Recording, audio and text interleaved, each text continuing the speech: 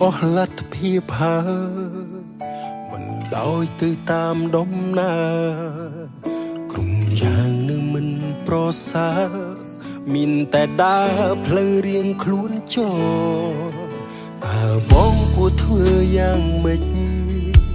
ទើបគេចផុតពីកំហុសបងដឹងអូនលែងចង់ស្មោះបងតែងខកក្នុងកែវភ្នែកអូ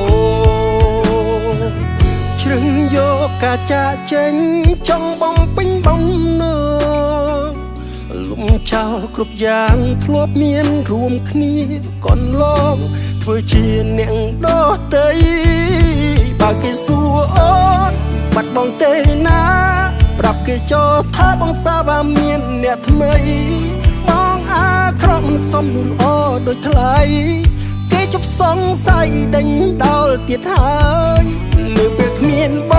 ងអូនលែងធន់តមនុស្សគួរឲ្យស្អប់អ្នកនេះមិនរំខានទៀតឡើយសង្ឃឹមការចាក់ចេញបងអាចធ្វើឲ្យអូនរីករាយនឹងមានអារម្មណ៍ល្អវិញ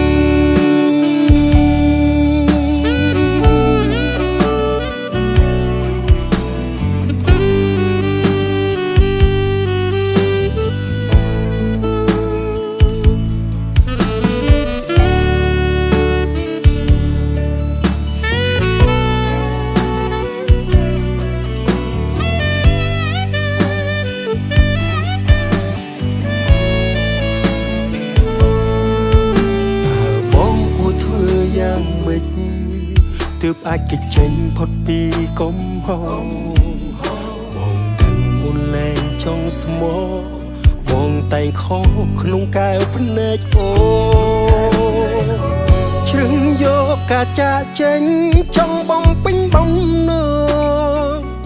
លំចោលគ្រប់យ៉ាងធ្លាប់មានរួមគ្នាកន្លងធ្វើជាអ្នកដទៃ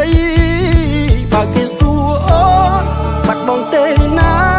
ប្រាប់គេចោលថាបងសាវ៉ាមានអ្នកថ្មីបងអាក្រក់មិនសមនោះល្អដូចថ្លៃគេជប់សង្ស័យដេញដោលទៀតហើយនៅពេលគ្មានបងអូនលែងធន់តមនុស្សគួរឲ្យស្អប់អ្នកនេះមិនរំខានទៀតឡើយសង្ឃឹមការចាកចេញបងអាចធ្វើឲ្យអូនរីករាយនឹងមានអារម្មណ៍